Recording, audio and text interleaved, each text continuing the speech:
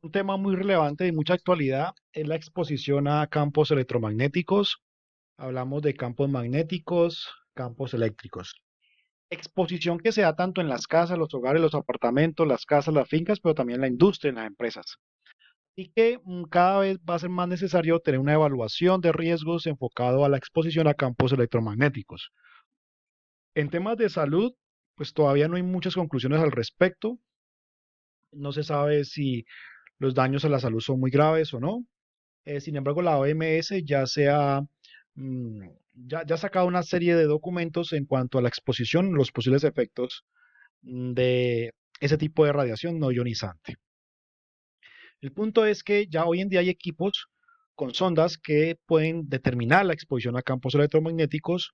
Y el otro punto es que hay gente que es muy sensible. Realmente la población muy sensible a campos electromagnéticos es muy baja, pero puede haber en la empresa uno o dos personas que son muy sensibles. Entonces la pregunta es, ¿cuáles son los límites máximos permisibles para los campos electromagnéticos que yo debo tener en cuenta a la hora de valorar los riesgos? En Colombia tenemos el reglamento llamado RETIE, que es el Reglamento Técnico de Instalaciones Eléctricas, el cual contempla unos límites permisibles tanto para campo magnético como en campo eléctrico.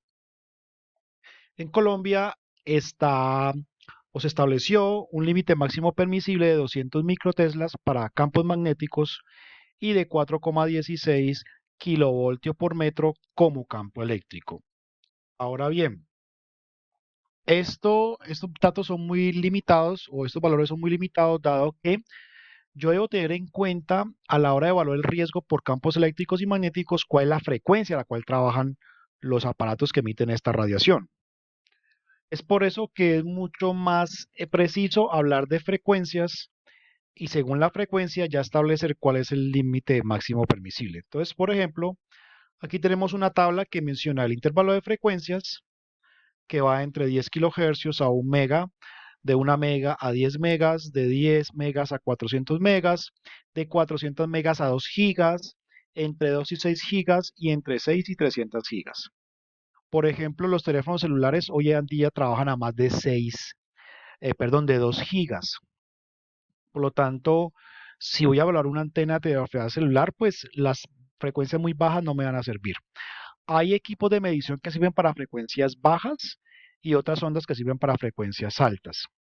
En la segunda columna está el nivel permisible de campo eléctrico y esto va dado en voltio por metro.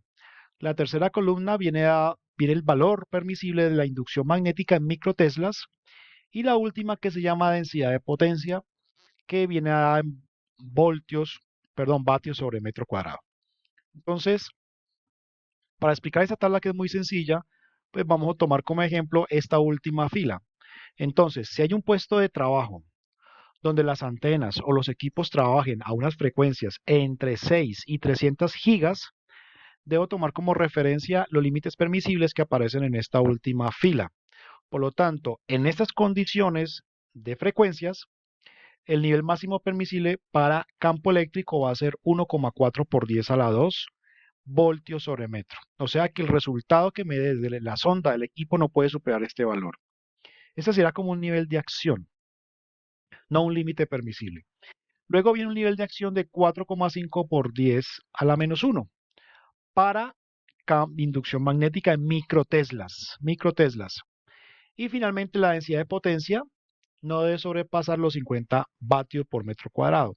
Por lo tanto, yo antes de medir la exposición a campos electromagnéticos debo saber muy bien a qué frecuencia están trabajando las antenas o los equipos que me están generando la exposición. Algo muy importante y es que esos datos son para exposición laboral.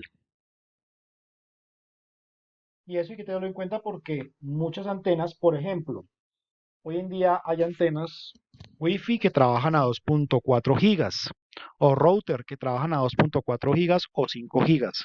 Por lo tanto, antes de hacer las mediciones hay que saber a qué frecuencias trabaja el Wi-Fi o la antena que está instalada en la empresa o en la casa.